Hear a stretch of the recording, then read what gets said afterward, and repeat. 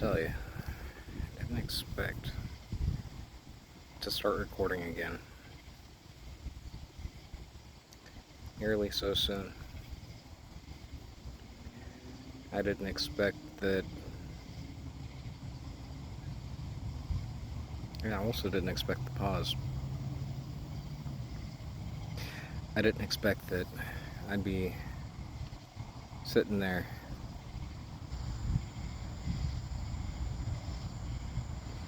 with everything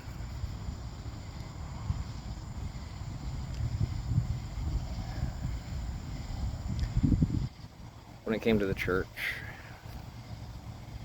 that I was going to. I didn't expect to be pulled out of that church.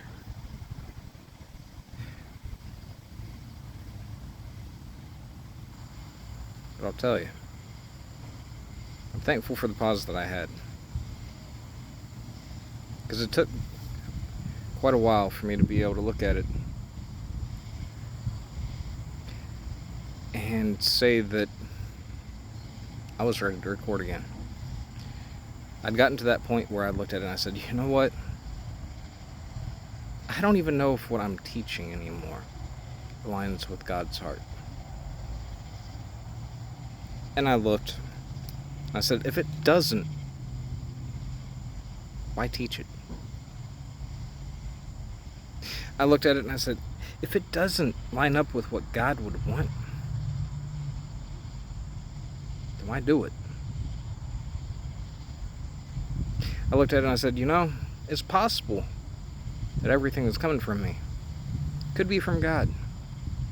But I also looked at it and I said, it's also possible that it could be from self. And it took a long time for me to be able to look at it and say, you know what, I'm willing. Not just ready, but willing to go back. Where I would look at it and say,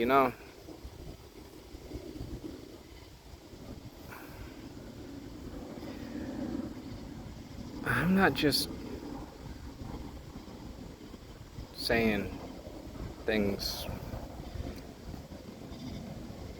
where I could look at it and say, this isn't just about me. It never should be about me. I'm not God. I never will be God. I mean, we can have some people who think that they are,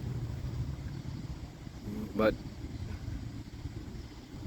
no matter what, they're still going to have to look at it, and they're still going to have to answer. Eventually, whether on this earth or after, they're going to have to look at it, and they're going to have to say, they're going to have to give an account. With me, one of my old best friends, while he was still on this earth, he dealt with that. Because he was somebody who was together with his brother's fiance. He was also somebody who was together with my now ex. And eventually, he found out, after he'd gotten married and been married for about 1.5 years, if not a little bit longer,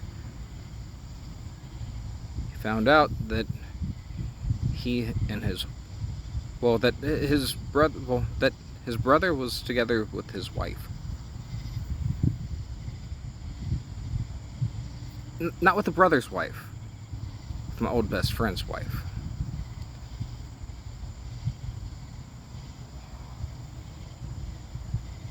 I look at it and I say, that stinks. That's terrible. But at the same time, what took place was even worse for me. Because after he found out, He drank a gallon of vodka. And he took some pills, knowing that they would counteract with each other, and knowing that they'd kill him.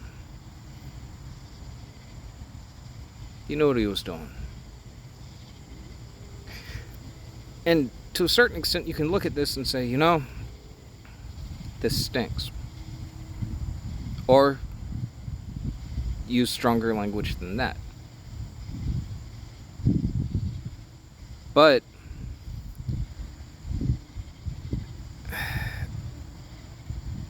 you still reap what you sow. Also, it was something that God used to be able to make me desperate. Desperate enough to be able to understand, you know, what I'm doing, what I was doing at the time, it could take me out. It could kill me.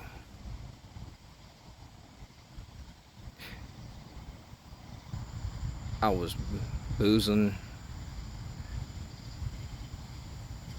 I was a drunk. I wasn't an alcoholic. As my old best friend said, alcoholics go to meetings. I was a drunk. On top of that, I was addicted to marijuana. On top of that, I was addicted to a few other things. I was even addicted to video games. Deliverance from that came a little bit later. And I was addicted to pornography. And deliverance from that came a little bit later too. After I'd already lost the relationship of my dreams. And part of what got me to stop recording the last time was that I knew that it was too fresh. That she had left too recently. That my mind was still focused on the situation. I knew the pain that happened to be there. And the more desperate that I became was the more that I started asking God for help. There was a time, I'm not going to lie about it, but there was a time that because of the fact that the church, because of the fact that 12 churches had rejected me, that I looked at it and I said, you know what? I'm not going to believe. Because if God were real, then these churches wouldn't do this kind of stuff to me. I looked at it and I said, if God were real, then all this stuff that I've been through, because of the church, largely, because of religion, because of legalism, wouldn't have happened to me if God were actually real.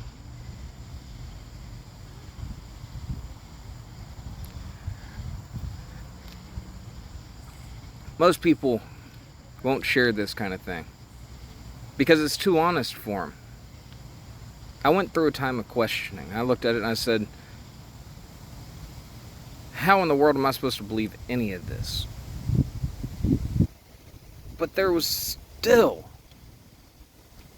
those questions that kept on coming up, which was, if God wasn't real,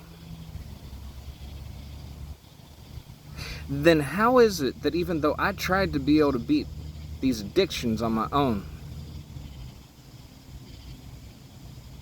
and couldn't do it, and tried to do it according to the way that I thought was best, and the way that AA and other people like that happen to think it was best, why is it that after I gave it to God, I didn't have the craving for it anymore? And I still don't. Why is it that these things were things that I was able to be delivered from, even though I had tried? And the more that I tried in myself was the worse that it got. And the fear that I happen to have of, well, what in the world happens when I'm the next person in that coffin?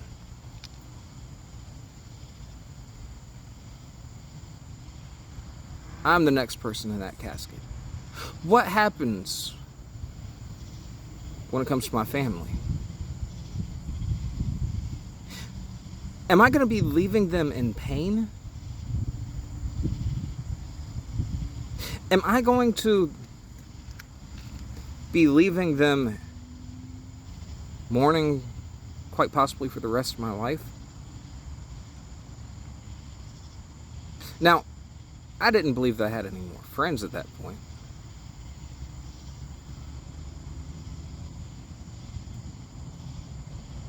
And I thought that my entire family, to a certain extent, even at certain points, had turned their backs on me. In fact, that was part of the reason that during COVID, I just about jumped off of a bridge over a highway. Until I heard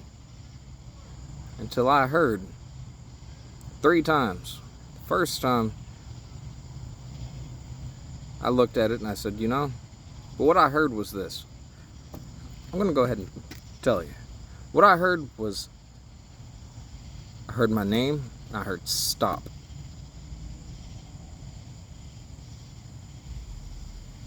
It sounded like my old best friend,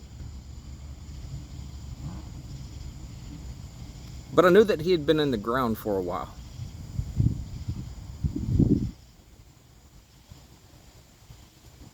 So I looked at it and I said, am I having some kind of mental break? I mean, what in the world? But then I looked at it and I said, that doesn't make any kind of sense. It doesn't. Because if I'm having a mental break, I'm already having a mental break. And shouldn't it be pushing me closer towards that edge? Closer towards jumping off into oncoming traffic? Closer towards becoming just a greasy spot on the pavement?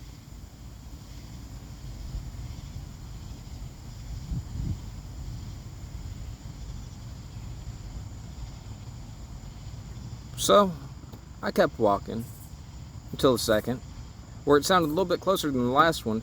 The last one sounded like it was a good ways off. Second time, I heard it and said, stop.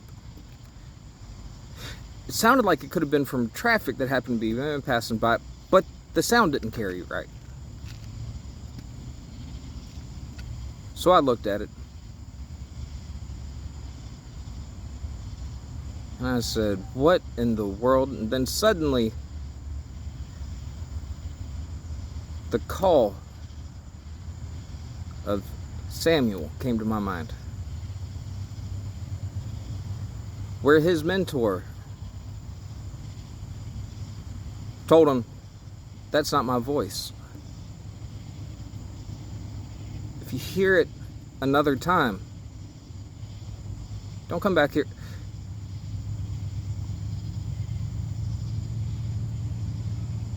Say, speak, Lord, your servant is listening. I started walking that last time, and I heard it like it was in my head. It was so loud. And what I heard was, stop. I stopped. I looked down.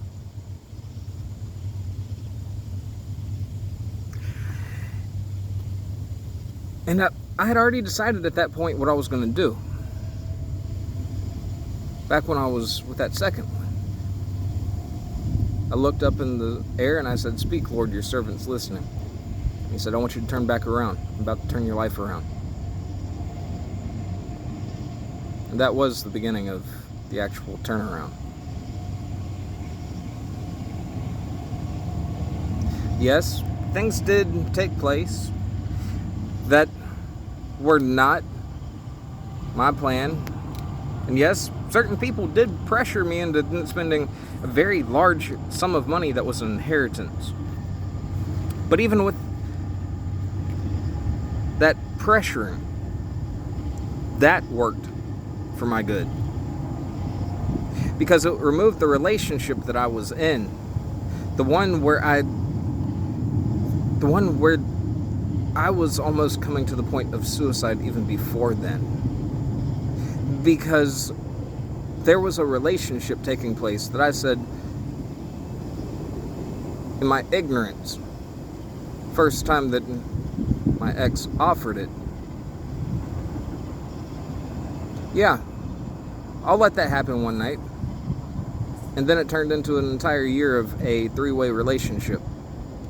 Most people don't want to hear this. Most people would look at it and say, well, you're a religious person, aren't you? No, I'm not. I'm not religious.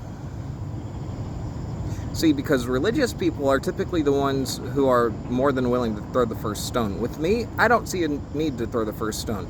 Christ didn't, so why in the world should I?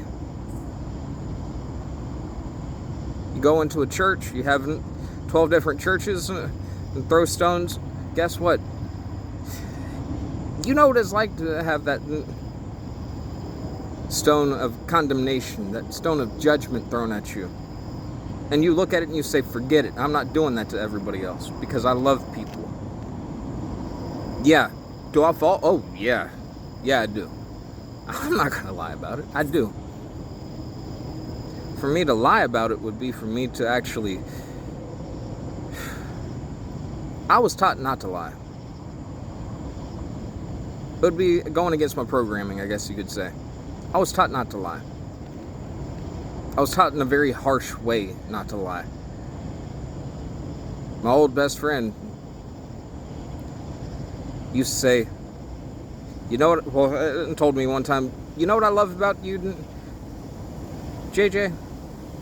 Because that's what he used to call me. I said, what's that? He said, for one thing, you don't sugarcoat, I'm going to use the word crap, but that isn't quite it. You don't sugarcoat crap, and you're self-centered. I looked at it and I was like, my first thought was, what do you really like about me? Because what you just mentioned is two very negative things based on what I was raised.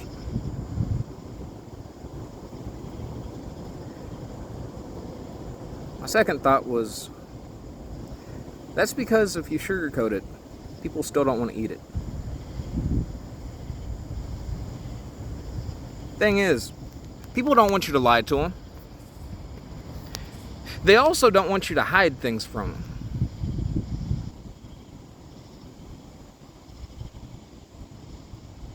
People want you to be real.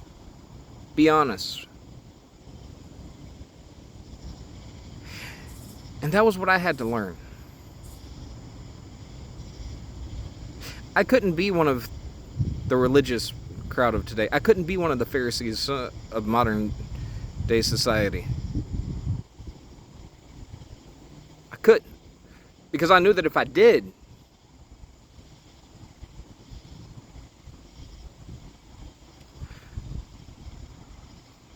I wouldn't be able to tolerate myself.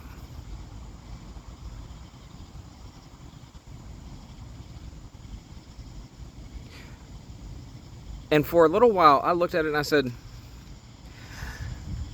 am I going the right way with the way that I've been doing these things? And the answer was yes and no. My heart should still be for the people. I should still walk in compassion. I'll tell you, I'm not perfectly humble, not perfectly compassionate either. But I'm honest enough to be able to tell you. When it came to it, another thing I didn't care so much for back when I was doing it was the fact that I was using the written messages. I looked at it and I said,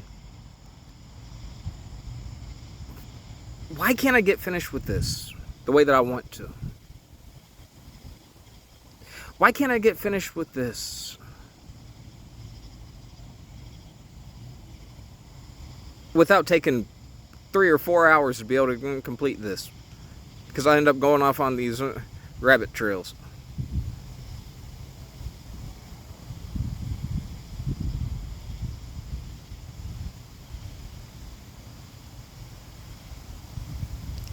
Today, after being properly prepared yesterday,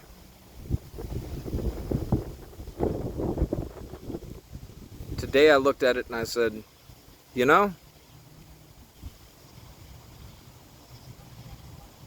I can give this. Because what I was hearing yesterday, well, last night, at a church that I went to, sound like two conflicting messages completely. But I looked at it, rather than saying, you know, it sounds like he wrote something but he ended up teaching something else. I looked at it and I said, you know, he's up there and he's doing the best that he knows how to do to be able to deliver the message that he knows that he's supposed to deliver. And I looked at that and I said, I need to be more like him, but I need to be open to being that real. Being that honest.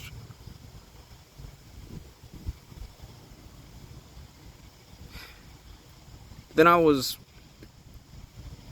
listening to another preacher today, one that I was trying to listen to yesterday morning.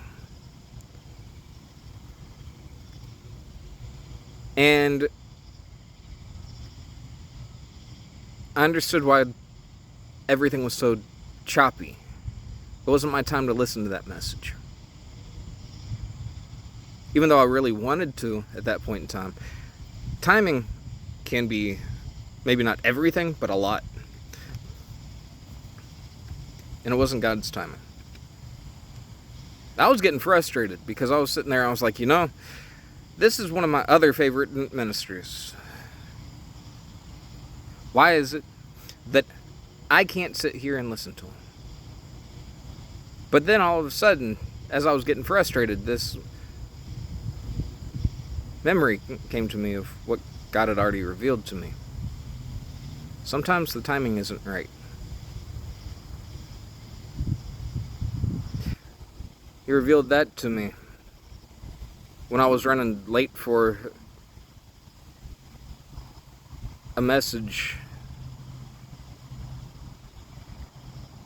at a retirement community.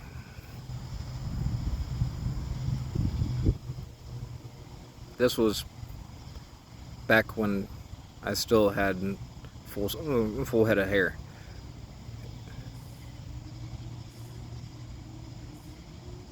Probably about 4 years ago.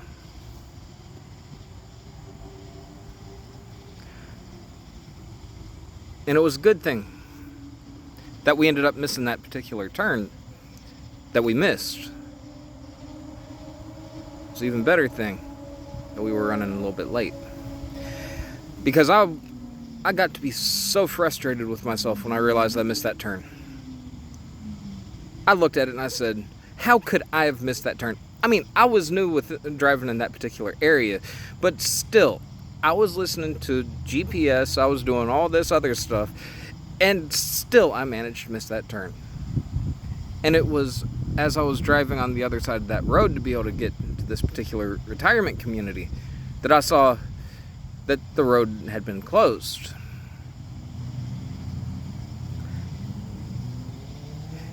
And I looked at it, and I said, well, that's interesting. Then I found out that there was about 5-car pileup coming the way that I happened to be, well, that I would have been heading if I had taken that road.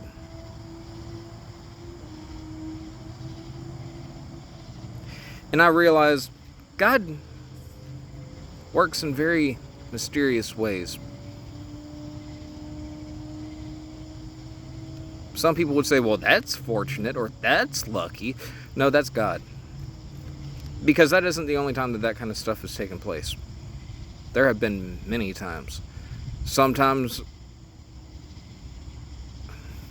I was, one of the times I was on my way to work, back when I used to work at a haunt. Yeah, I did. And everything seemed to be working against me that year. In fact, the head of that haunt told me, put me on the electronic piece because, character, I guess, because my acting was just not on it that year. And then he complained about that.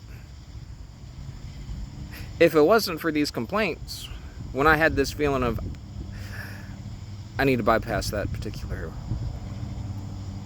work that particular night, I would have went.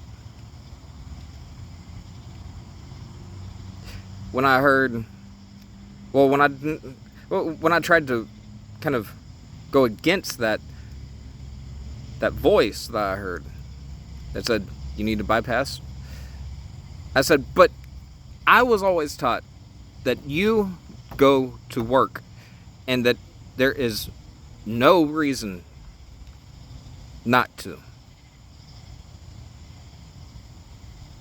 If you have committed yourself, and then I heard, I had flashes come to me that were of all of the times that the particular manager or owner had already said, this isn't your year.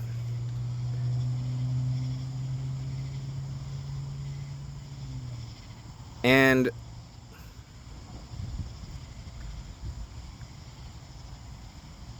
I said, then where am I supposed to go? And it came to me that that somebody that I thought of as a really good friend was being baptized that night at the church. So I went. I did.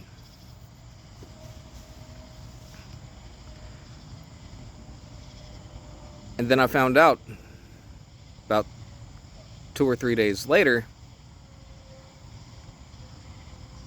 that a shooting had taken place. Somebody had shot into the air at this particular haunt, and that it had grazed somebody else through the jaw. And I looked at it, and I knew that it was God that had pulled me out of that particular situation.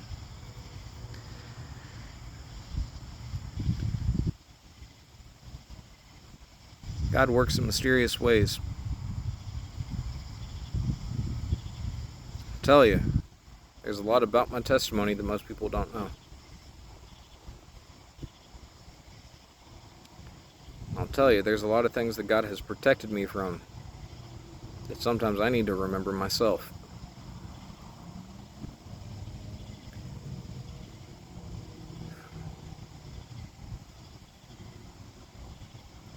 Things that I didn't know at the point in time. Things that came to pass that I was amazed by.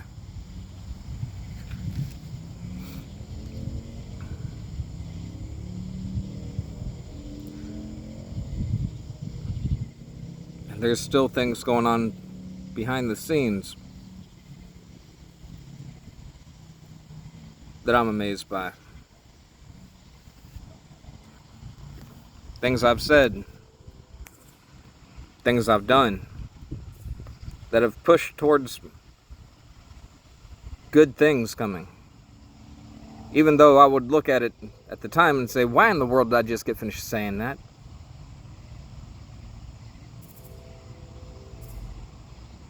But the thing is, God is still able to work all things together for our good, for the good of those who love him and the ones who are called according to his purpose. Guess what? There's another secret that most people don't know. We're all called. Whether or not we choose to follow him or not. We're all called according to his purpose. And it isn't our job to throw that first stone. It isn't our job to judge somebody else. A lot of people may not like this. Then there are a lot of people who might.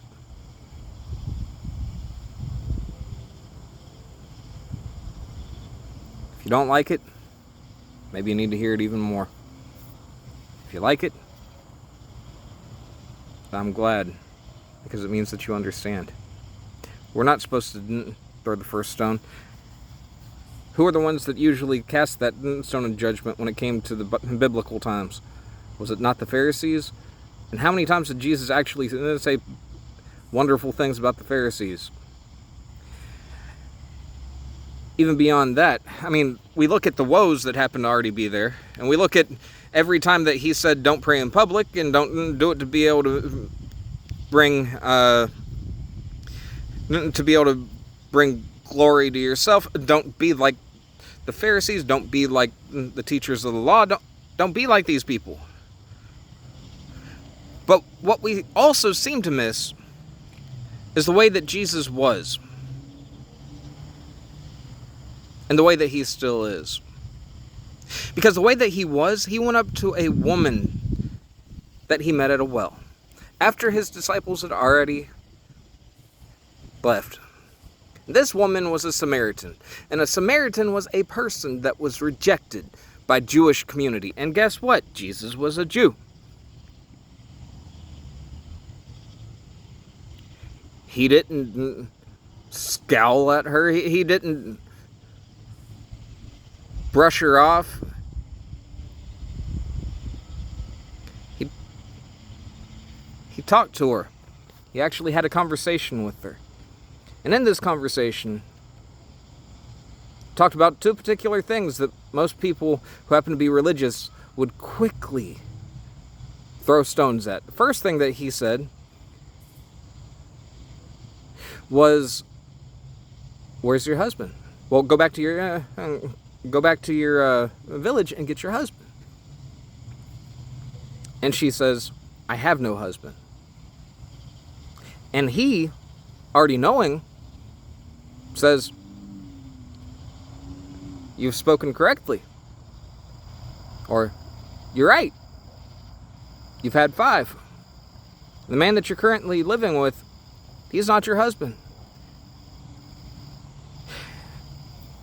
And, he doesn't go on to be able to say, "And you should be ashamed of yourself for living in that kind of situation." No. He doesn't throw a stone of judgment, doesn't condemn her. He just leaves it at that. "Yeah, you're right. You've had 5 and you're currently living with somebody who isn't your husband." He doesn't say you need to repent. He doesn't even, he's Jesus, but he doesn't say you need Jesus. No. He just leaves it at that.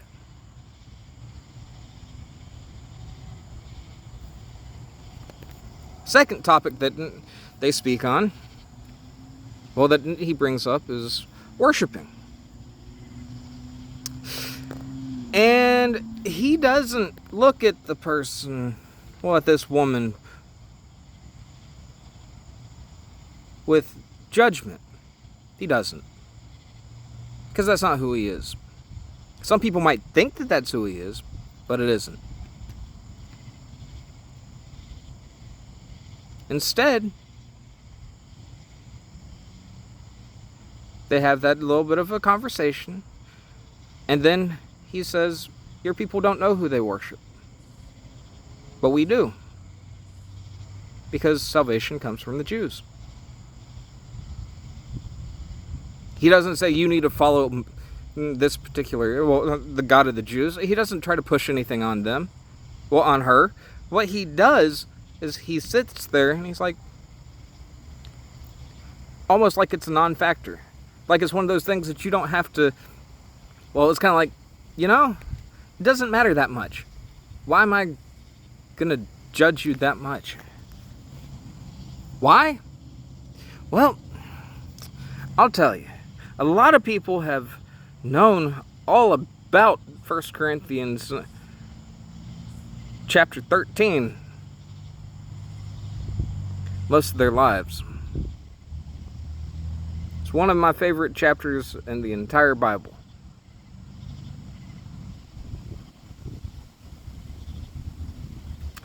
But most people, they don't understand it. See, because Paul addresses what love looks like. Love is patient, love is kind, does not envy, does not boast, is not proud, does not self-seeking. Basically, it does not demand its own or its own way. It gives a whole lot of different characteristics of what love is. And a lot of people also miss this,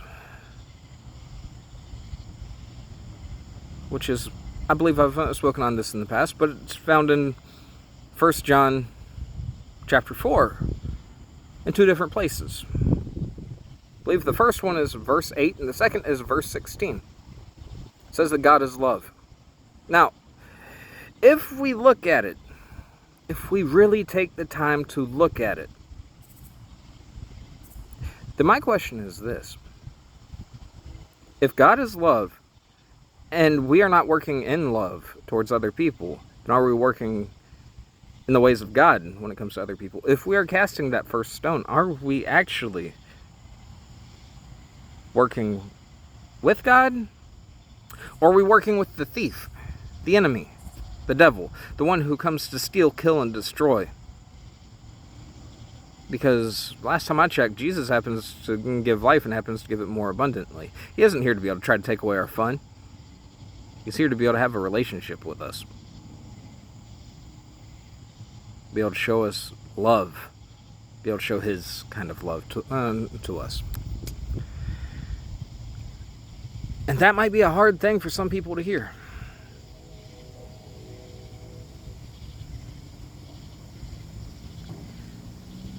But go over 1 Corinthians chapter 13 verses 4 through 8 at least once a day, and you'll see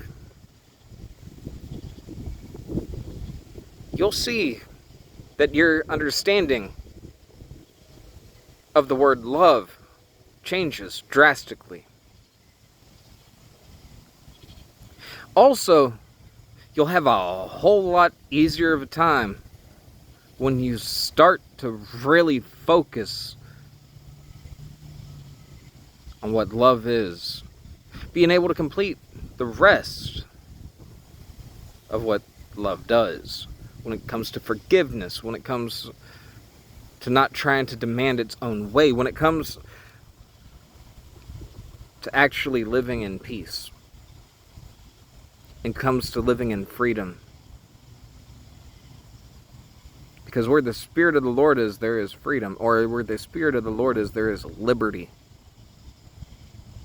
And when we're constantly trying to demand our own way to be able to get through this life, we're going to find that we have our liberties taken away just as much as we happen to have everybody else's taken away.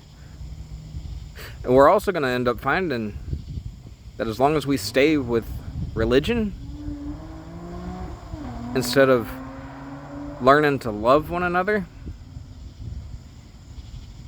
we're going to find that we constantly condemn one another, but we also, even with that, condemn ourselves.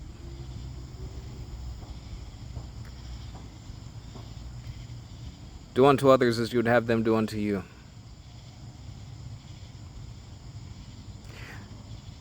And a lot of people just leave it with that, but I won't.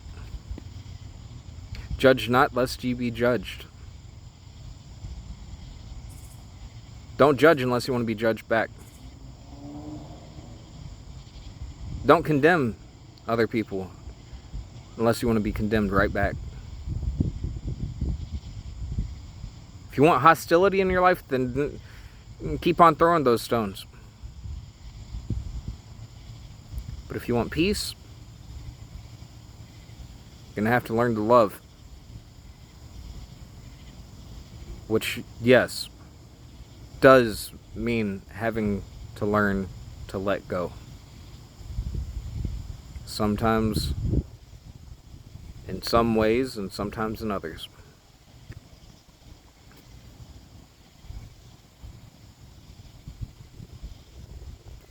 Sometimes we have to let people learn for themselves. Sometimes we have to learn for ourselves. And is it easy? No, it's not. Hardly ever is.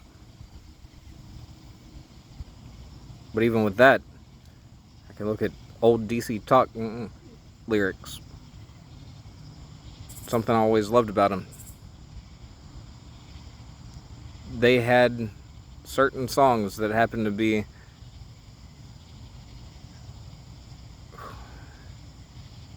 so truthful and happened to be able to reach us, well, at least me, in ways that most people just couldn't understand.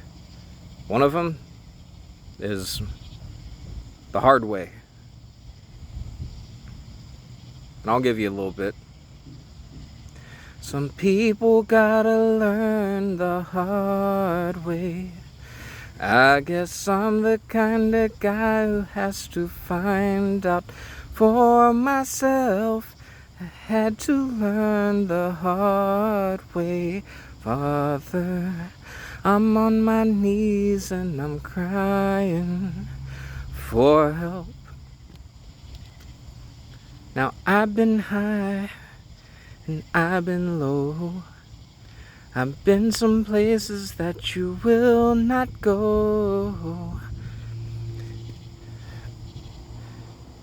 I never thought there'd come the day when I wish I never would have lived this way. But I've been running for a long, long time. I thought the devil was a friend of mine. I turned my back on everything that was true and wasted years that belong to you. Some people gotta learn the hard way. I guess I'm the kind of guy has to find out for myself. I had to learn the hard way, Father. I'm on my knees and I'm crying for help. Thing is, with me, I know that song. Why? Because I've lived that song. I have. This actually brings me back to where I was talking about in the beginning of the message. There was a time, due to religious condemnation, due to stone throwers, that I walked away from God. Because when I turned to Him to be able to attempt to get some help, because I couldn't find it anywhere else, and I didn't feel 100% secure being able to talk to one of the people that I desperately wanted to.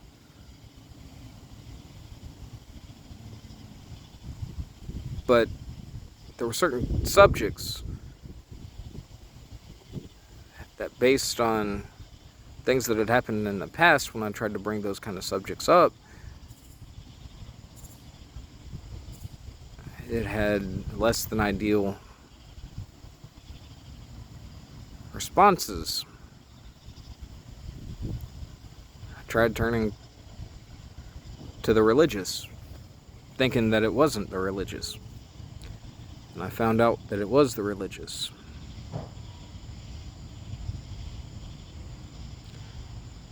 We're not called to be religious. The Pharisees weren't called to be religious. Christ constantly tried to point out, consistently tried to point out, not out of judgment or condemnation, but because it grieved him, because it grieved God. Tried to point out why religion wasn't going to be able to save them. Why religion was working directly against not only the rest of society, but also against them. Because it was causing society to live in fear. And where the presence of the Lord is, there's freedom. But even beyond that, 1 John chapter 4 also speaks on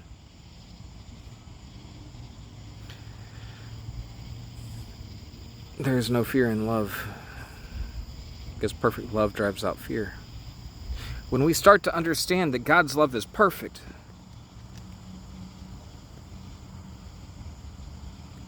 we have no reason to think that God's going to try to throw the first stone at us. No, that's not who He is. It's time for the church to be able to learn that. And it's not going to happen through force, but it's going to happen through actually hearing the words. And actually meditating on the words. And actually meditating on the word, not just what they learned in their seminaries.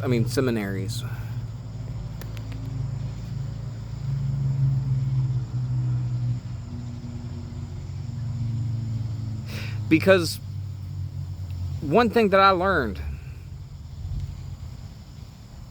as I was attempting to go to school, be able to become a preacher, was that the government was also running the schools when it came to preaching. Same kind of fear that happens to be used to be able to manipulate the people when it comes to the news, the media. The same kind of fear that happened to be pumped into people in these particular schools. We're not called to drive people into fear, nor are we called to drive people into confusion, because God is not the author of confusion.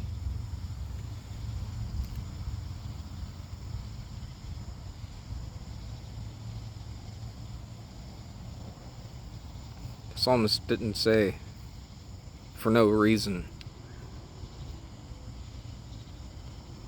I sought the Lord on the authority of His word, or I sought the Lord and He heard, He answered, and He delivered me. He delivered me from all of my fears. When the church is too busy throwing that stone to be able to see that that stone is not from God, we know that there's a problem.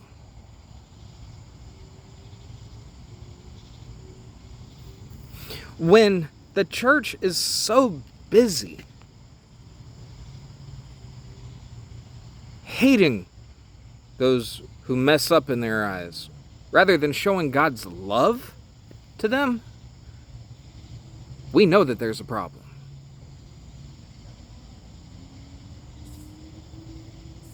When the church is so busy judging people, causing terror, to be able to see that they are doing exactly that, there's a problem. Now, I'm not saying we need to rise up against the church. No. I'm saying the church needs to examine.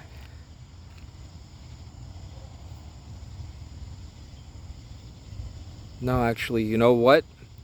I'm going to take this even a step further. They need to examine themselves and see the truth.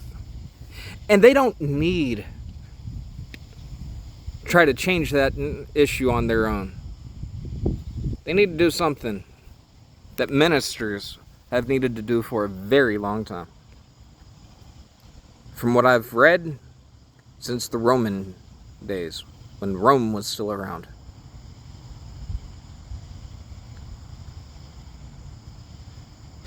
They need to ask God to search them. I need to do the same thing. I do each and every day. But we all technically need to ask God to search us and see if there is any impure thing within us, and to cleanse us.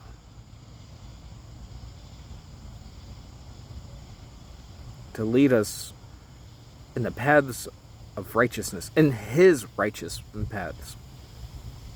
And we need to start to understand that it's not by might, nor by power, but by the Spirit of God that we are going to overcome. So guess what? That means that we're not going to be able to rely on our own understandings when it comes to this, because guess what?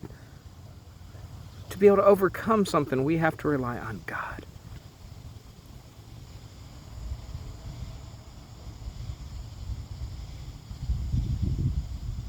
Trust the Lord with all your heart, and lean not on your own understanding. In all your ways acknowledge Him, and He, not you, not somebody else, but He will make straight your paths.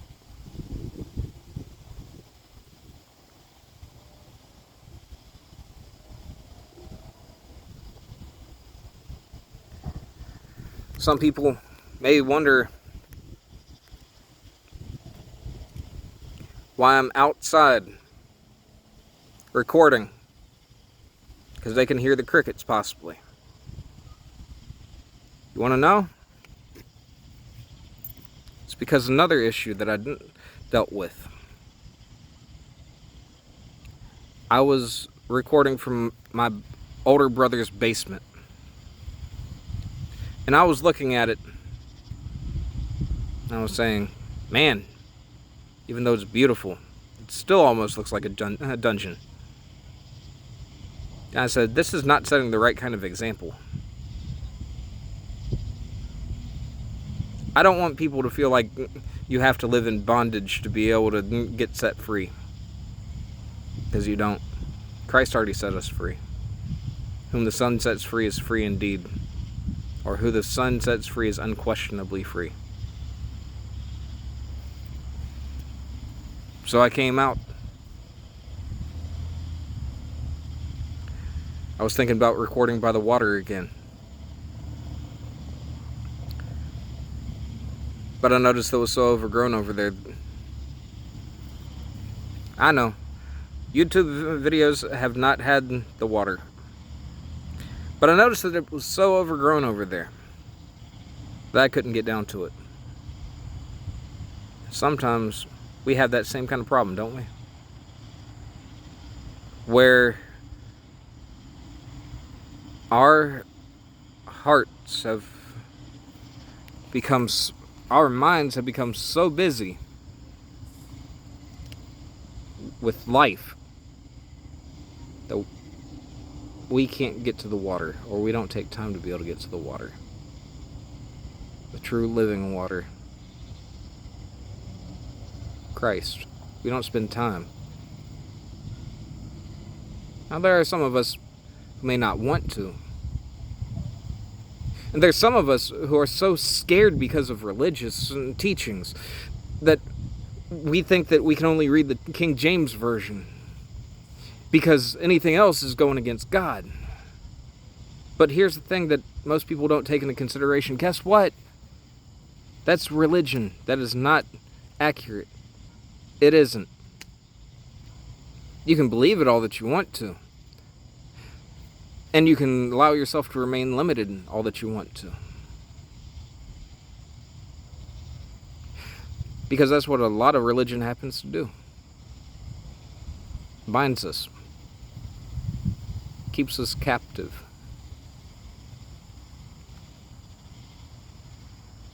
But most people, they don't understand that Christ came to set us free, which means freedom of choice to be able to read whatever kind of Bible we want to.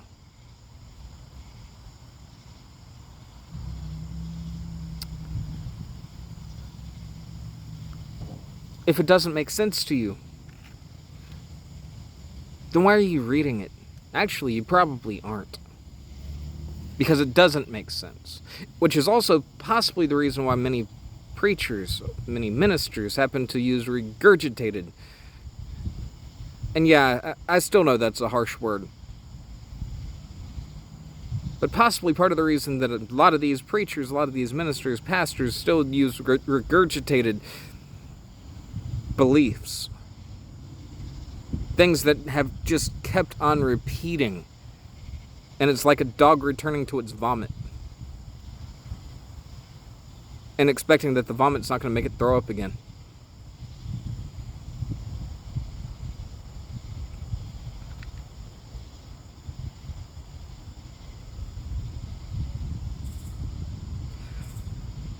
You can either walk in freedom, or you can stay captive.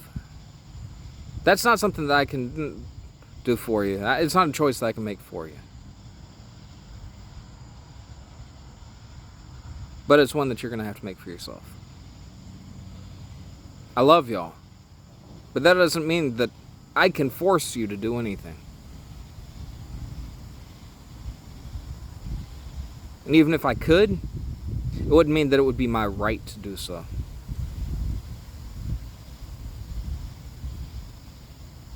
That's why I don't. That's why I'm not saying you have to do this or thou shalt do this. No. I'm not here to preach a message that says you have to do something. I'm here to preach the love of God.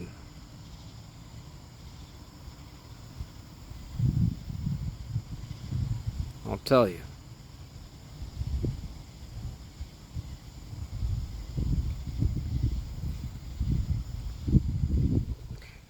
I'm receiving this right now.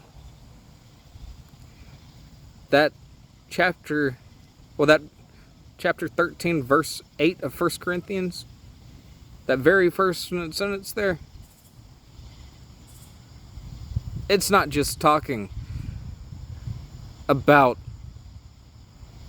God's love never failing, but it's also telling us that God will never fail us.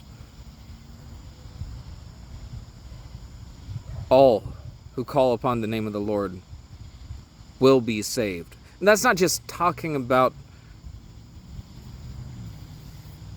oh, well, you have to go down front before a church and pray a prayer of salvation. No. It's not talking about that. It's talking about all who call upon the name of the Lord, in whatever situation they might be dealing with, will be saved.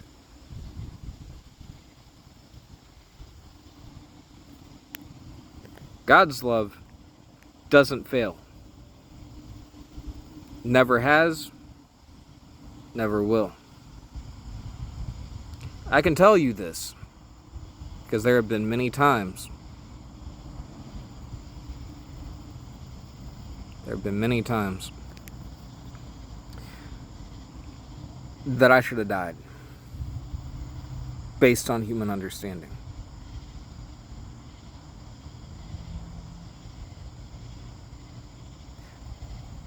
My car should have flipped.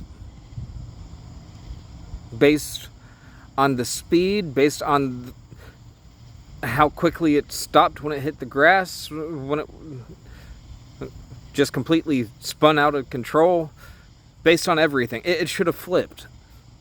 It should have flipped, and I should be dead right now. Based on human understanding. But I called out to God even in that. I knew I wasn't supposed to go out that night.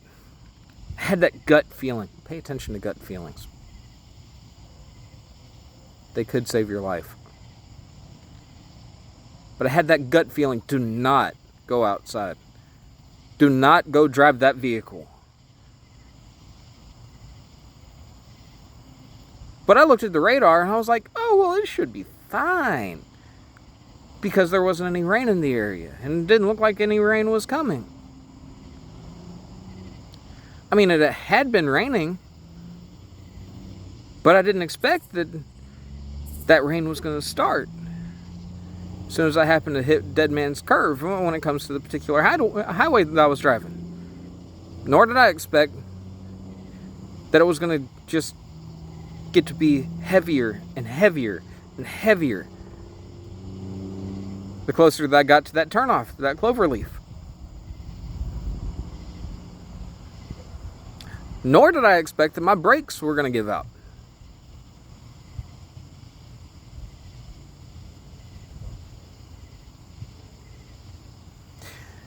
Nor did I expect that I was going to end up seeing something from my Toyota Corolla, I believe it was,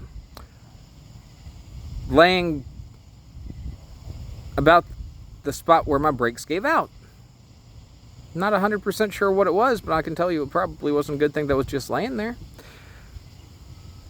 I didn't go to find out because I didn't want to take any chances. And I was already pretty shaken up. But when I found out that I couldn't find that emergency brake because it wasn't that push pedal and it wasn't that pull bar that it usually is, and wasn't even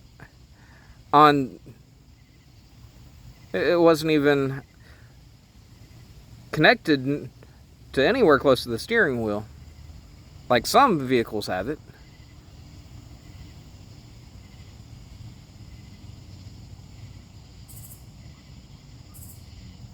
I realized something else I should do every time that I happen to get a vehicle.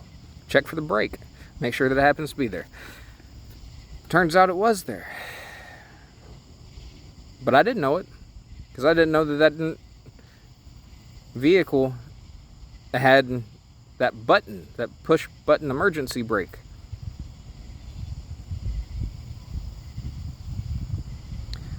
Right there.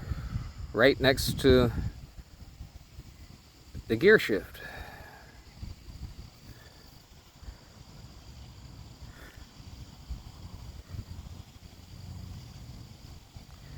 Probably a good thing that I couldn't figure out that it was there too. But I'm going to go ahead and say, God saved my life that night. I'm going to tell you, I couldn't even use my words to be able to pray this. Because I didn't have enough time. But I thought within myself, God help. Lost a car, but God saved my life. And a car is nothing compared to knowing that God spared your life.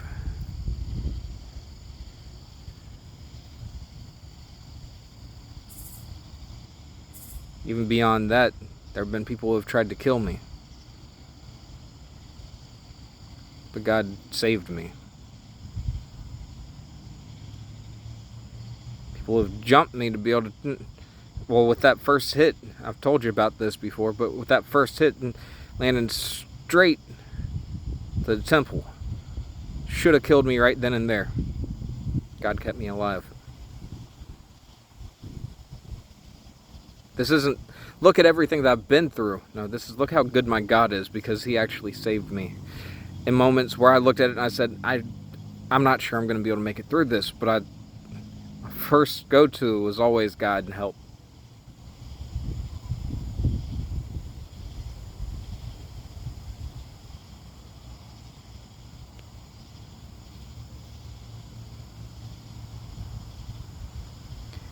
Even when it came to the person who tried to drown me, it was God help.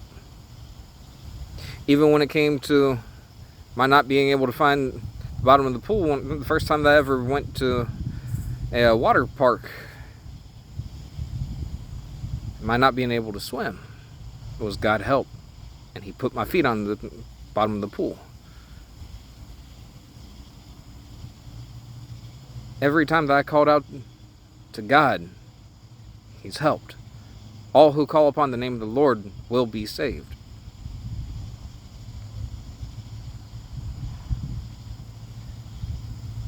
Times that I look at and I was even against myself. And I didn't even ask, but other people were, and I know it. Other people had been praying for me for years, because I dealt with such a deep depression. And I also dealt with post-traumatic stress syndrome. Notice that. I've been healed since. There are people who look at it and say, you can't be healed from that. Yeah, you can. Yeah, you can. They classify it as being in remission, but I'm healed. I don't look over my shoulder every 5 minutes to be able to find out if somebody happens to be there. I mean, I can hear, but I don't have to anymore. Why? Because I know that God's there. God's on my side. He's amongst those who fight for me.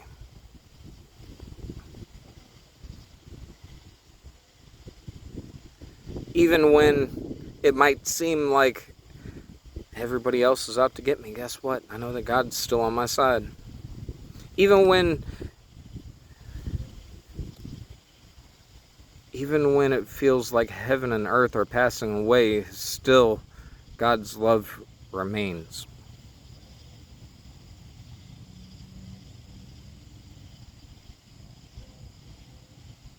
And y'all know what I'm talking about when it comes to this. You do.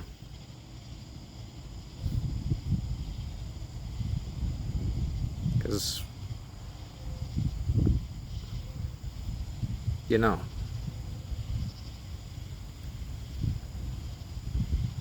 I had what I'd consider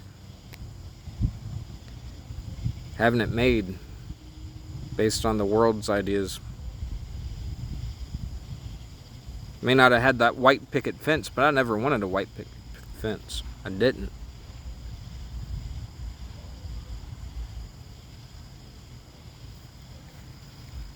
May not have had all the rest of the bells and whistles.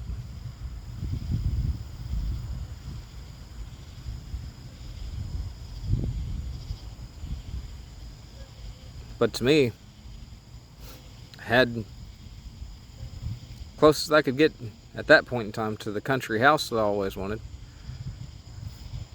The screened-in back porch. And the front porch, that was amazing. Had the girl of my dreams. Had everything that this world could afford. I even had my dream pickup truck. Still have that. Thankful that it's currently in the shop. God is good. Because when it got to the point where I was almost certain that it was about to just completely die on me, God put the closest family that I can look at and say, you know, I believe that these people are what I'd consider to be angels on earth. Angels in earth bodies beyond the person that I was together with. Because they showed up right on time. And it hasn't just been once. And they've been wonderful. Something I didn't tell y'all yet.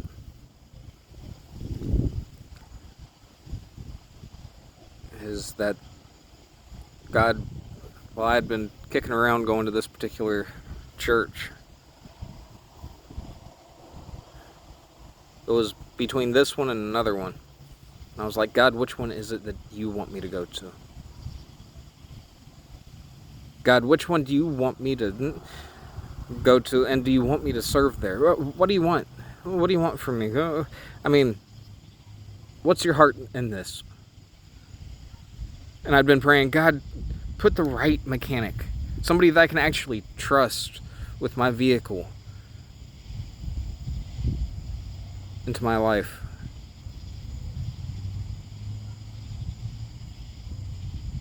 And he did. Another thing that I prayed was this: God, help me decide between these two churches.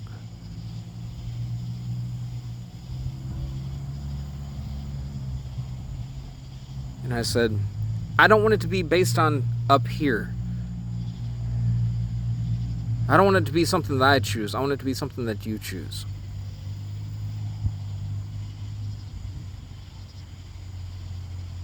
And he did, the way that I requested. Because what I said was, send somebody to me from one of these churches, whichever one you want me to go to. And he did. Yesterday afternoon while I was at McDonald's. I knew I was supposed to be there at that point in time.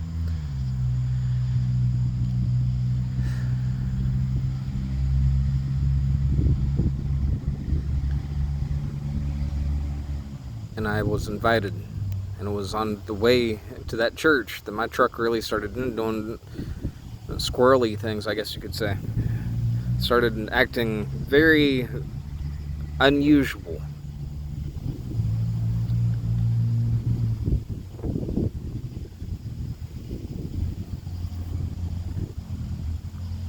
Then this boy said, well, I made 2 prayer requests.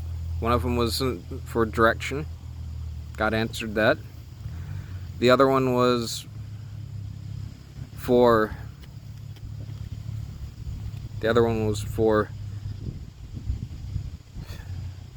my truck to be able to receive a miracle.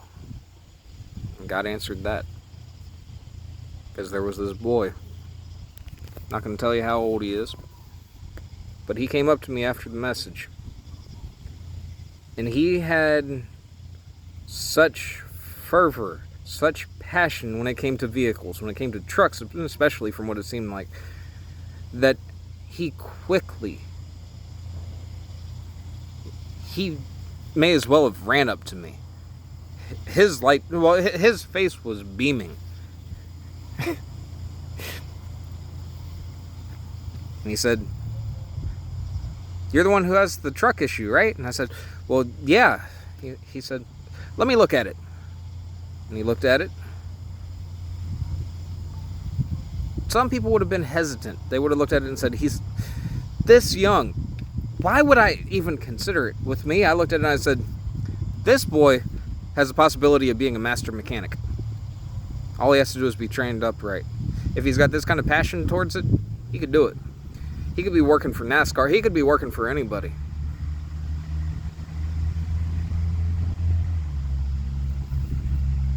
Whatever his dream happened to be, God could answer it. There's no doubt in my mind about it.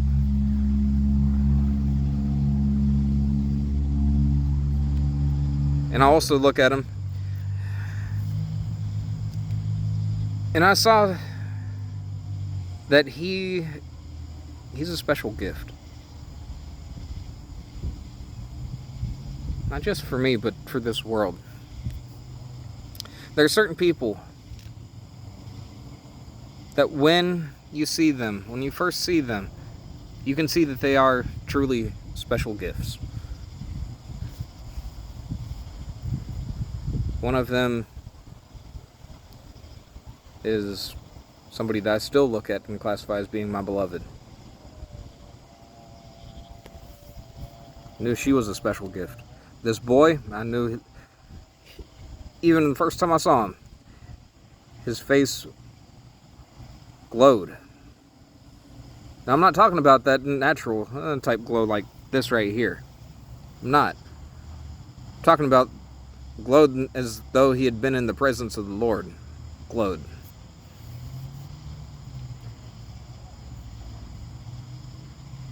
glowed as though he happened to look upon the Lord.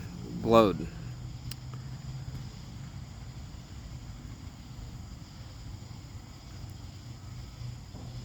And even beyond him being something precious in this world, and so is his family. I'm thankful. I'm thankful for the chance to be able to know them.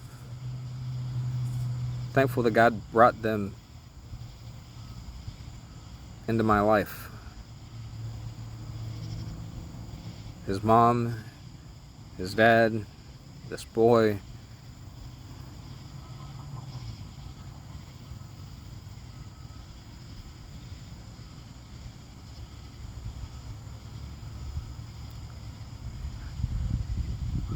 I dare somebody to ever say that God is not good, because I will quickly tell them God is God of miracles.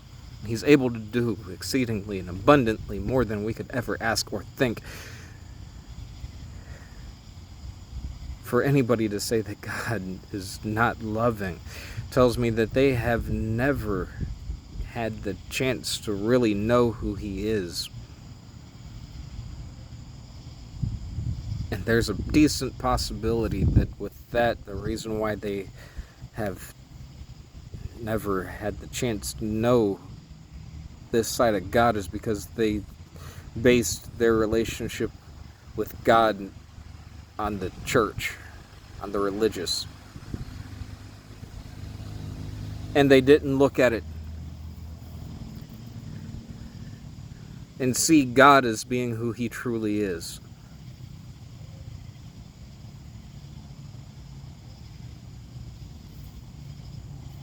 Part of a song comes from my mind.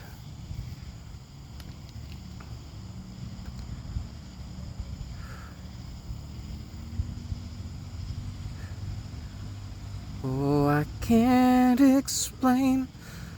No, I can't understand why you gave your life to save a sinful man. But I know it's true, I've seen it myself. Your love endures forever. It's the truth. I've known Him all my life. I made Him my Savior when I was a little kid. Got desperate because the world started attacking me in ways that some people know the beginning of, but they don't even know the half of it.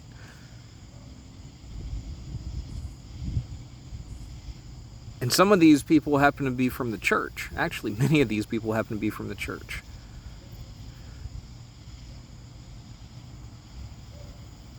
Or from a church.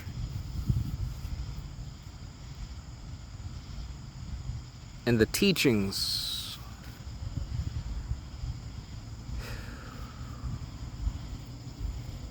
when I look at who God truly is and not who the church at least used to paint Him out to be, I'm amazed. Because God is amazing. Everything about Him is amazing. Everything about Him is amazing. And I am grateful.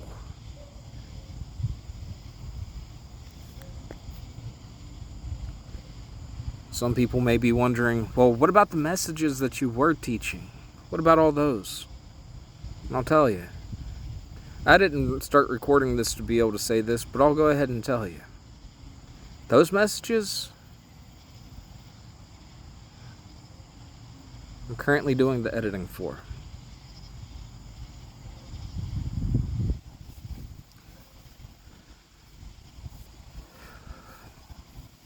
It's a long process, but I'm turning them into books because I feel that they should be there to be encouragement and be able to help share light in dark places.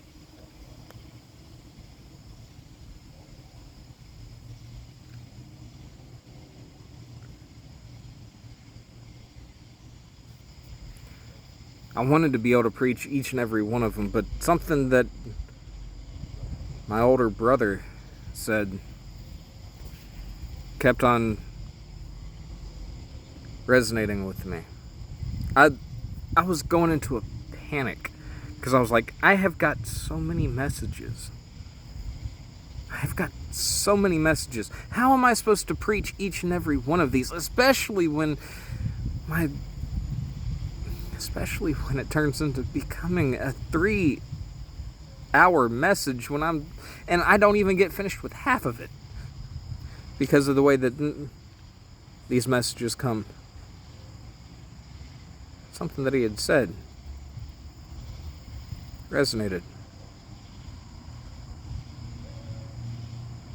It was, maybe they're for you. But I'm not holding them just for me. There's a reason why there's editing going on. It's because I don't want them just to be for me.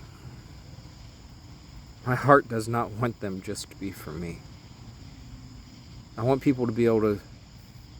So many people have said, well, release them and other people will understand your journey. One of my dreams back when I was a teenager, late teens, I believe. Actually, may have been closer to 16 or 17. I heard your story might be somebody else's lifeline. Might be the very thing that somebody else needs to be able to make it through. And I looked at it and I said, I want to be able to write that story. Not just so that my dream has never been to be famous. The church taught me that you have to be famous, you have to have this big of a ministry, or God is not using you.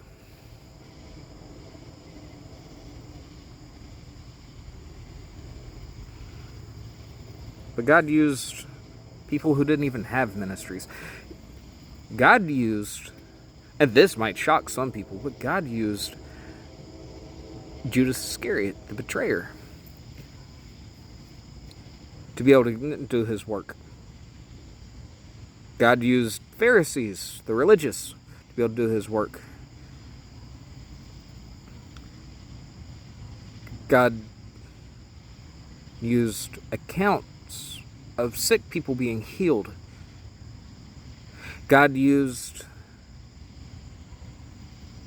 accounts of people's faith.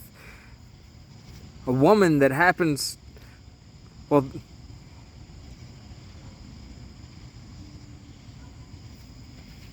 woman that actually humbled herself to the point where she said, but even the dogs get the scraps from the children's table.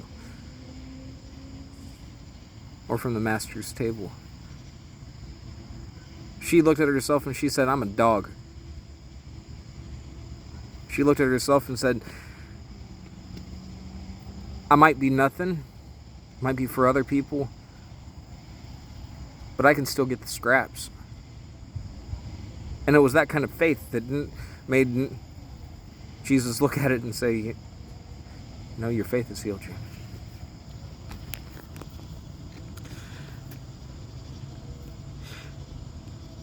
When a man happened to be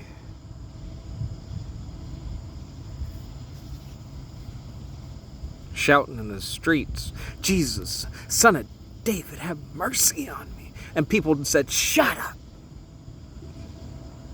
Then somebody from the group said, Master, tell that man to shut up. No. Every time that people were telling him to shut up, he got louder. He got louder. He got louder because he looked at it and he said, I am not leaving this place without my sight. I am not leaving without my miracle.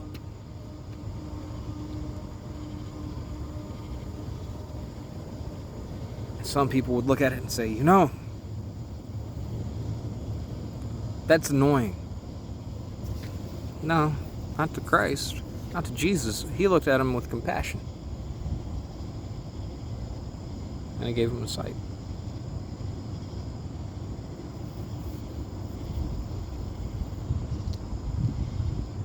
Didn't tell him to shut up, didn't tell him to go on home. No. He had compassion. He was humble. You know why? Because that's Jesus. He never sinned, but sin isn't what most people think that it is.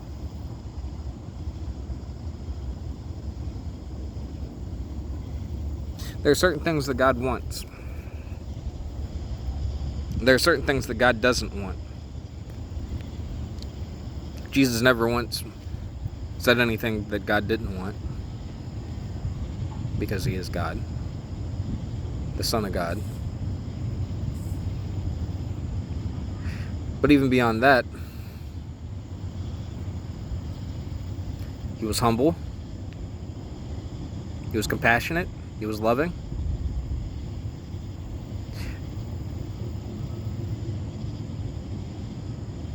He was kind. He was the very definition of the word love.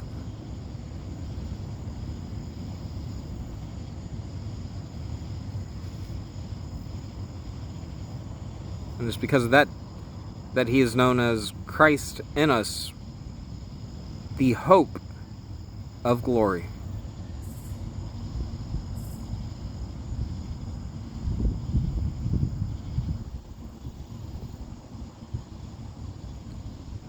I love y'all.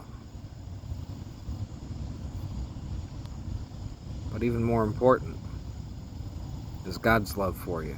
Because my love may and probably will fail you.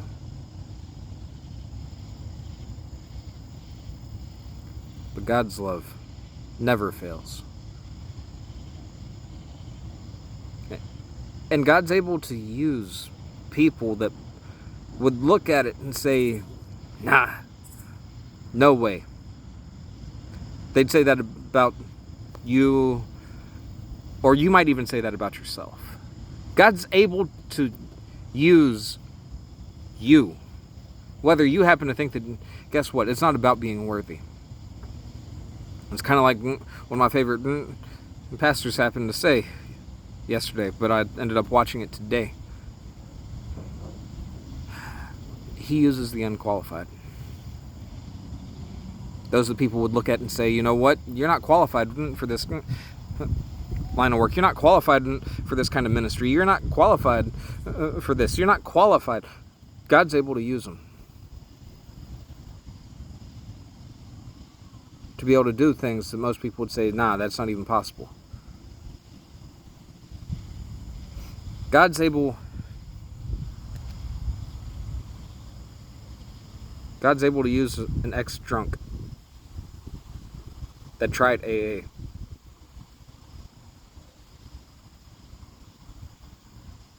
An ex-porn addict that tried to break it himself. He's able to use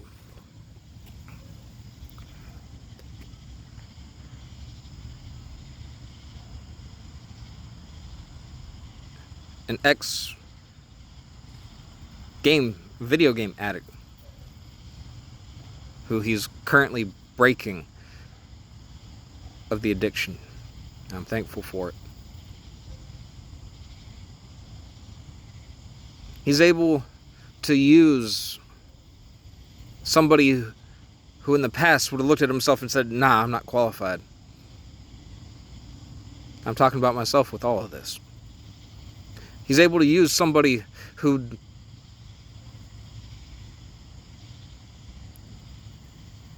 but it's not just me. This is just, I I've got every reason in this book. Well, every reason in the book that somebody might say, you're not qualified.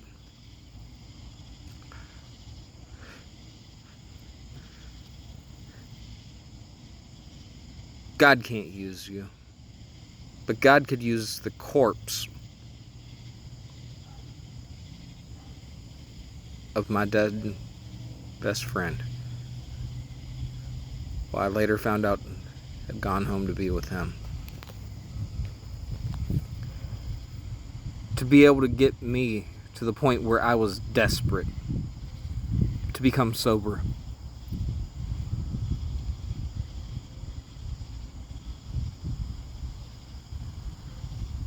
I don't see myself as being qualified. Well, actually, yes, I do. But I'm going to tell you why. It's not because of me. God uses the unqualified. The fact that I'm able to look at it and say, you know what? I'm nothing without him. That's what he looks for. It's not the ones who look like they have it all together.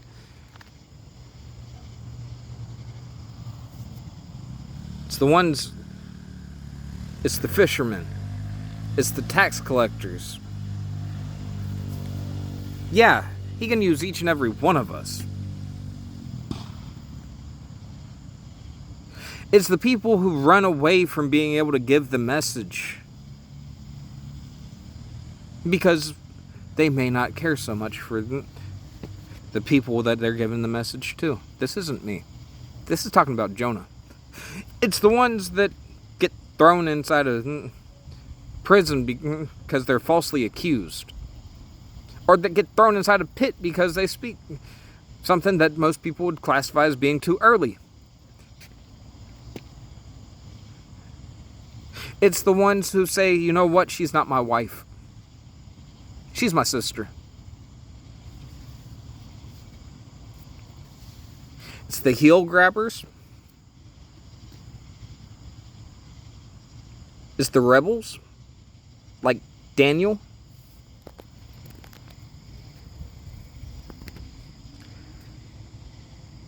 It's the humble. The ones who are humble enough to still continue praying even though they are told, not humble in the eyes of society, but humble in the eyes of God. Also Daniel. He kept praying even though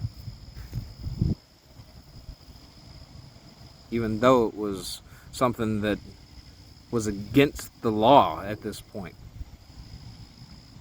He's able to use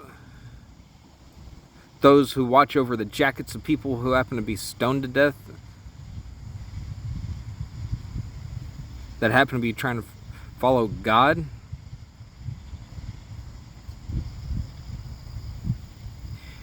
He uses dying people who are hanging there right next to Christ. When you look at 2 thieves, from what I remember, when you look at the people that God used, it's not the ones that the world looked at and said, you're qualified. Well, yeah, they were used in ways, but it wasn't the ways that most people would expect. When it comes to Jesus, Isaiah paints it out pretty interestingly if you really look at what the description of him happens to be. Rejected by society. In fact, he was born and then put into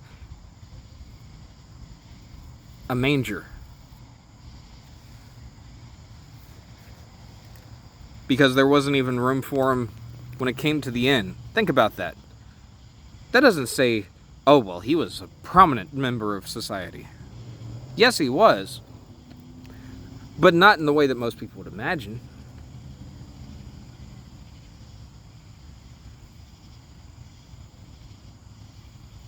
But God used the Son of God.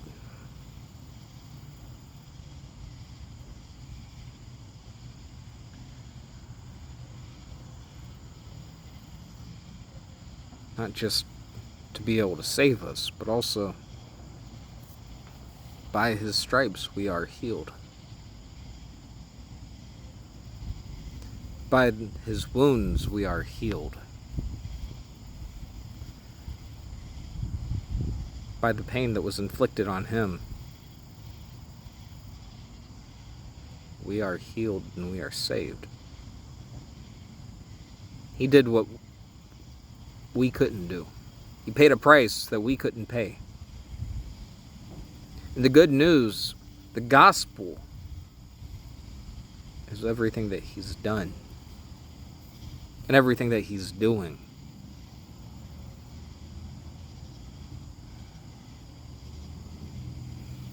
A song came to my mind earlier. It's coming back into my mind now. It's one by Toby Mac. God did it. Ain't nobody but God did it. There's no way around. Thing is, when you look at it, when I look at it at least, and I see all the things that I've been brought through, all the places that he's carried me through, I'm amazed. I am.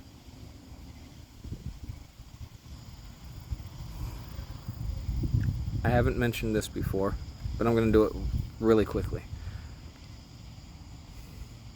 The stress from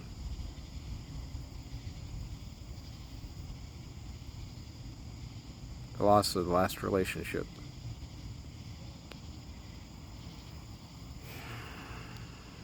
And you see that bald head.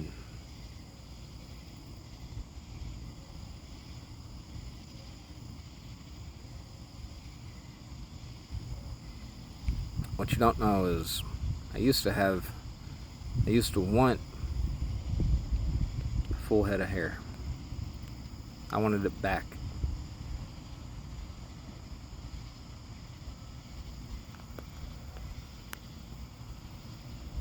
Because I saw it as a lion's mane. But I can't have it back. Not because I'm dealing with cancer or anything like that, because I'm not.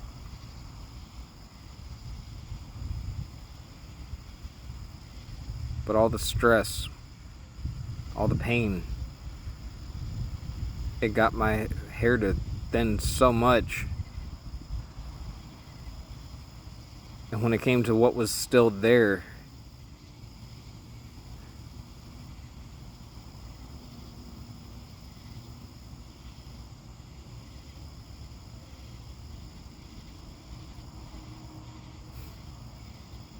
it looked even thinner because of the fact that some of it was absolutely clear.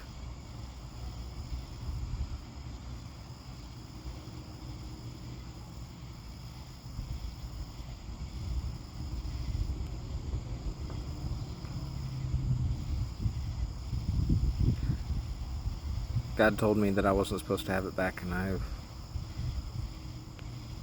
I'm okay with it now. Actually, I kind of like it this way.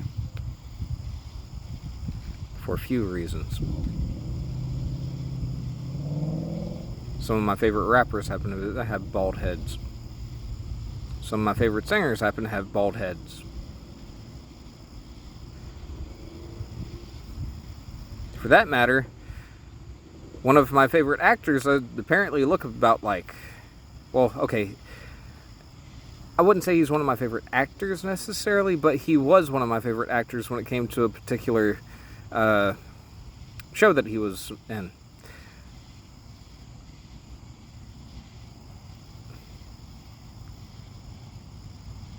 I never would have thought it until I saw it. But a show by the name of Prison Break, you know? I always wanted to look good with a bald head.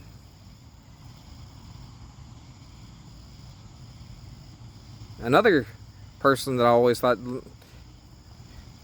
managed to do a bald head, well, managed to rock a bald head pretty well, was the guy who played Lex Luthor in Smallville. I looked at it and I said, I want to be able to do that. Well, look that nice with a bald head when I grow up.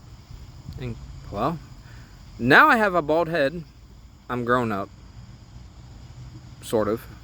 I'd still say that I've got a lot of child left in me. But God even worked with that. I'm not going to say that I'm completely mature, because I look at it and I see a difference. There's a difference between, the Bible says, unless ye come to me as little ones, you will never know me. That's something that Jesus said. Now, something that Paul said is a bit different. This is also in 1 Corinthians 13. He says, when I was young, I thought like a child, I acted like a child, and I did this and that, and like a child. And then he said, now that I'm old, I put childish. There's a difference between childlike and childish. Big difference. Childlike comes with humility. Childish is prideful.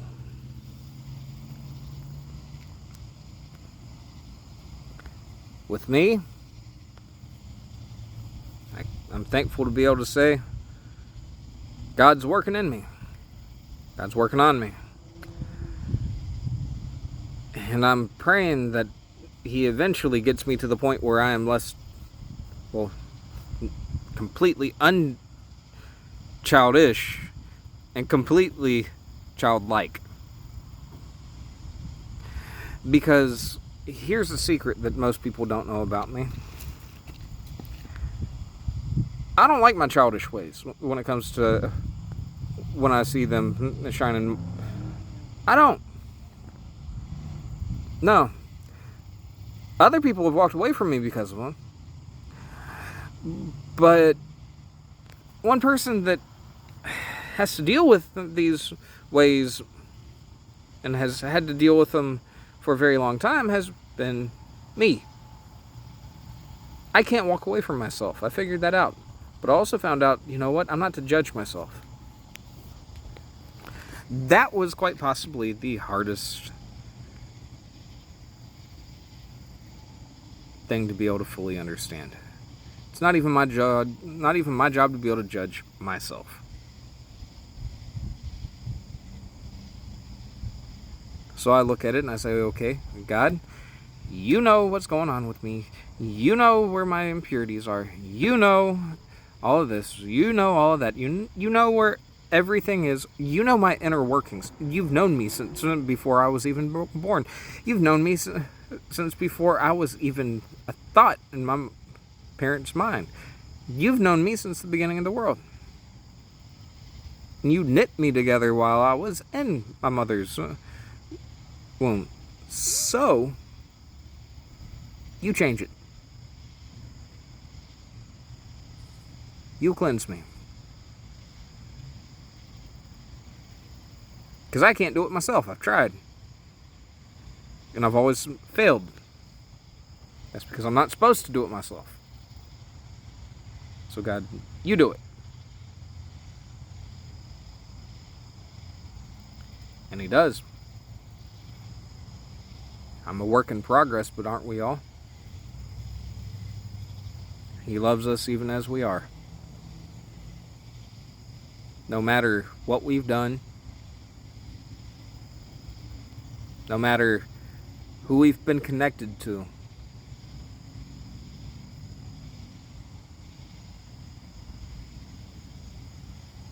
no matter what, He loves us.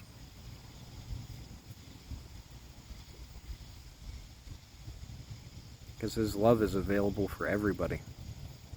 Not just for an elite few. For everybody. no matter how old they are, no matter how young they are. And you don't have to get right to be able to be a Christian, be able to walk with God. He already knows that not a single one of us is perfect. That the only one that was perfect and is perfect, that has walked in human form, is Christ. He loves us just as we are.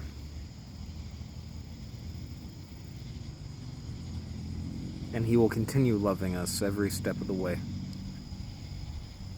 all the way through the rest of our lives.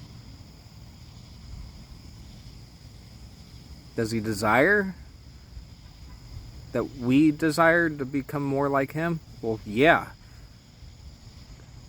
Every dad, whether they'll admit it or not, has a desire that they that their kids happen to take on the more positive aspects. With God, He is the best when it comes to every aspect of His being positive.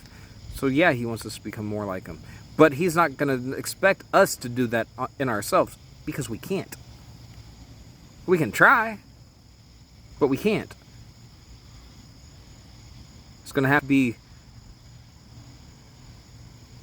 through trusting Him, through putting our faith in Him.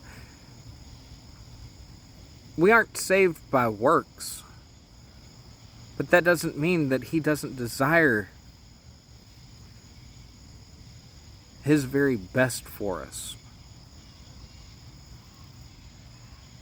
He knows the desires, He knows the plans that He has for our lives. They're plans to bless us. They're plans to be able to give us a hope and a future.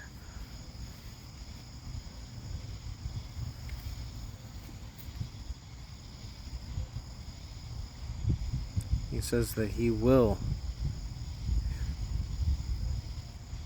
That when we cry out to Him, that He'll hear us.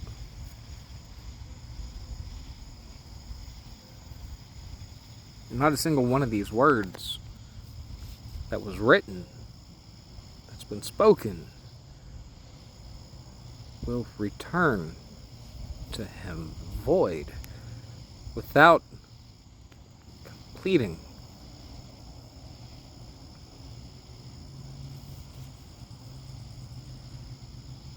what He set it out to accomplish.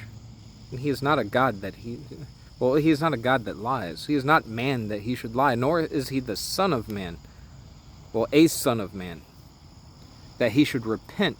If He has spoken it, then it will come to pass. And this is why I am saying we need to get into the Word of God and to seek Him first. Even above everything else, seek Him first and foremost. Put Him.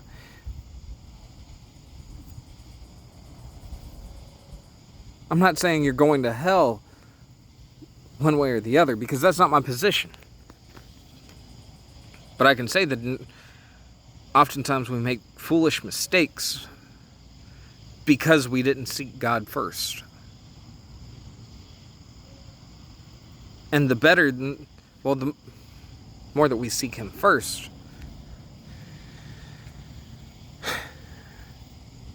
is the better that our lives are going to turn out. I love y'all, but even more importantly is God's love for each and every one of us. Seek Him first. Seek His kingdom first and His righteousness first. Seek Him in all things. And trust Him to lead you.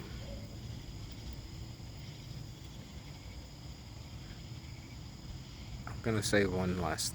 I know that the last thing that I said was going to be the last, but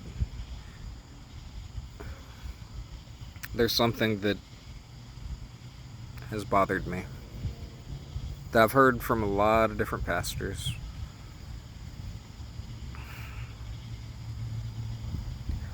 and it connects directly to seeking Him.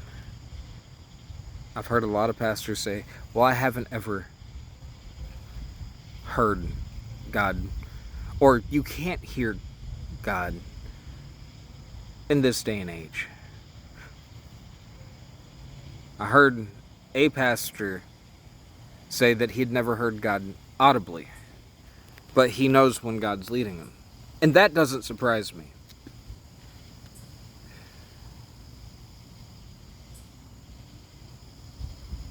But here it is. You want to have direction? You want to have God's direction? The Bible makes it pretty clear. Ask. You want to hear God's voice? Ask. You want to have God direct you in ways of righteousness? Ask. You want to be blessed? Ask. See, the Bible says, ask, and you shall receive. Seek, and you shall find. Knock, and the door will be open unto you. This is directly under the part of don't judge in Matthew chapter 7. It says, for anyone who asks, receives. Anyone who seeks, finds. And anyone who knocks, the door is open to them.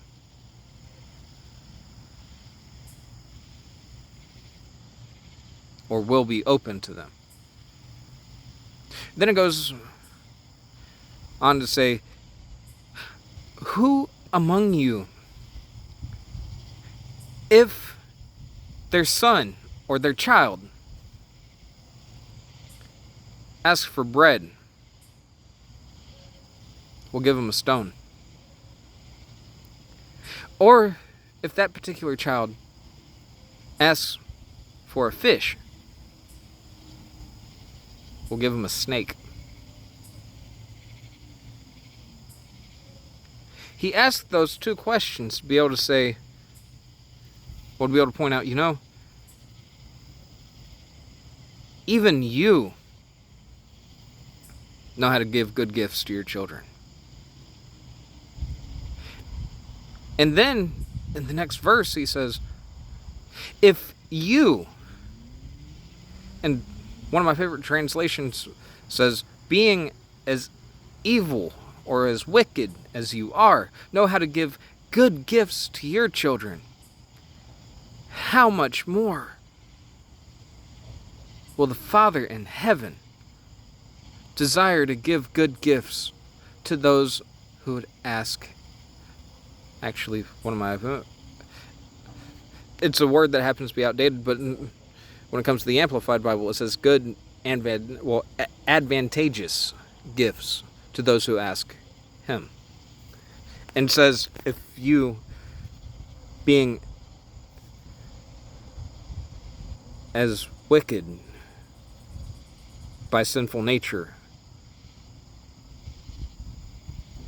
as you are, know how to give good gifts to your children, how much more will the Father in heaven, perfect as He is, desire to give good and advantageous gifts to those who would ask? Even beyond that, okay, you ask, do you believe that it's possible? And here's a very unusual fact that's connected directly to that. Do you believe that it's possible? Now, here's where a lot of ministers would say, if you don't, then you're just never going to get it. But you need to understand, to be able to even ask, you have to believe that there might be the possibility. And God respects that. Also, mustard seed faith, you might have that, but the more that you happen to have, that you happen to ask, and the more that you happen seek God and the more that you happen to continue to knock, is the more that mustard seed faith is going to turn into that huge tree.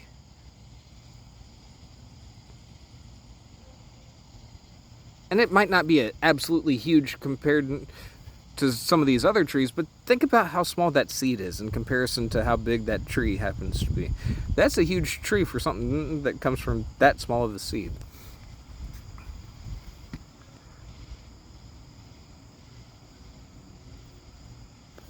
Thing is, God knows we have to start somewhere. He does. And I'll tell you, I haven't turned into a fully matured tree either. My faith hasn't gotten to that point. I still ask. I've come to the point where I trust God a whole lot more than I used to. But I still ask, and sometimes I look at it and I say, is this actually accurate? Would He want to give me this? Would He want to bless me in this way? Because I know that based on what I was raised to believe, it doesn't line up to God being that good, to actually desire to bless me in the way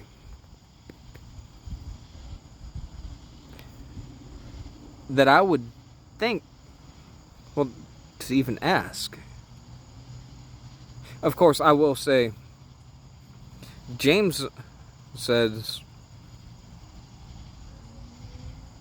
you ask and you do not receive because you ask amiss, or from a position that happens to be more prideful. A lot of people don't understand that.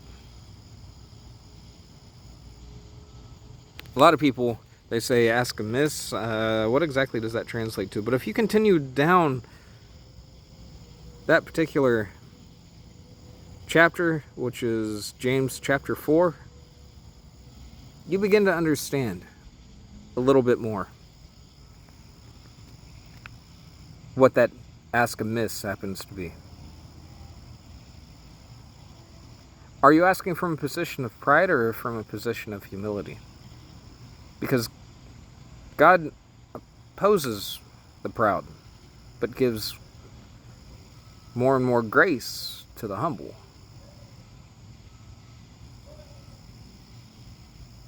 Therefore, humble yourself before the Lord, and He will lift you up.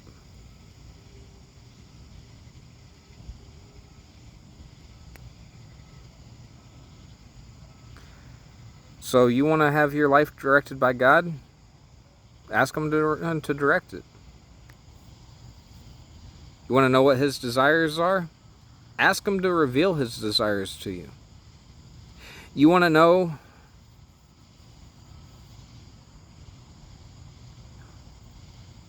actually, before I even go into that next part, ask Him and read. No, don't let some pastor teach you. I mean, yes, go to church, but don't just let it be what that pastor happens to teach, that teaches you. Read it for yourself. There's such thing as testing the spirits. You got to know what the Bible says in comparison to what your pastor happens to be saying. There are certain pastors that I've sat under that I looked at and I said, this is not in alignment with the heart of God. A lot of them taught judgment and condemnation. But when you understand what goes beyond John 3:16, you go to John 3:17, for God did not send His Son into the world to condemn the world, but that the world might be saved through Him. And then you go to John 3:18, which says, the one who believes is not condemned, but the one who does not believe already stands condemned. because he has not believed. When you look at that, when you see it for what it is, and when you understand that there is therefore now no condemnation to those who are in Christ Jesus and who are called according to his purpose, and you understand that, you know what, we are all called according to his purpose. It might not all be the same purpose, might not all be pastors, might not all be preachers, might not all be this or that, but when we happen to decide that we want to follow Jesus, we are all in Christ Jesus, and we are all called according to his purpose.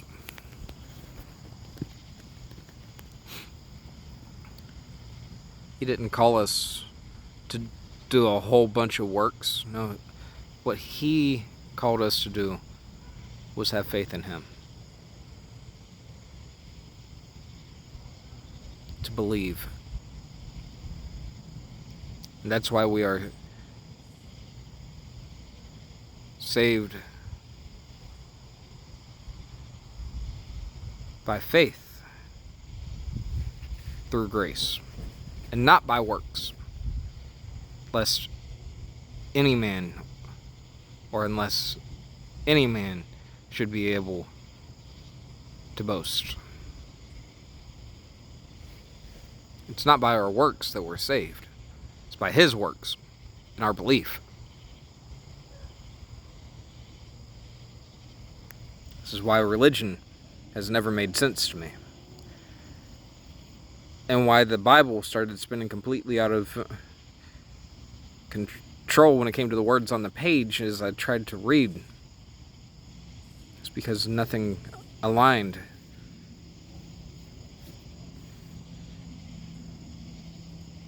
The more that I fought to be able to have the alignment there was the more that I saw that it could never align.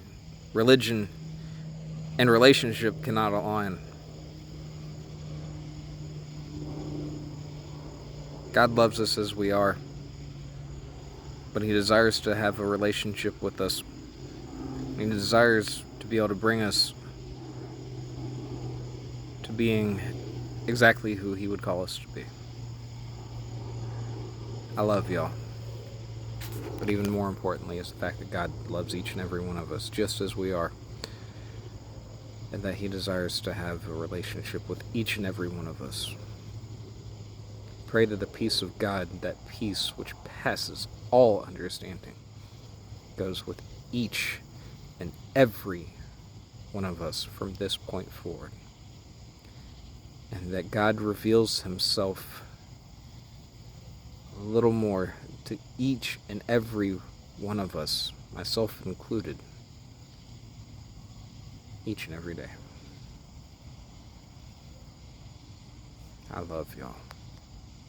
But God's love is so much more important. Little children, love one another. Godspeed.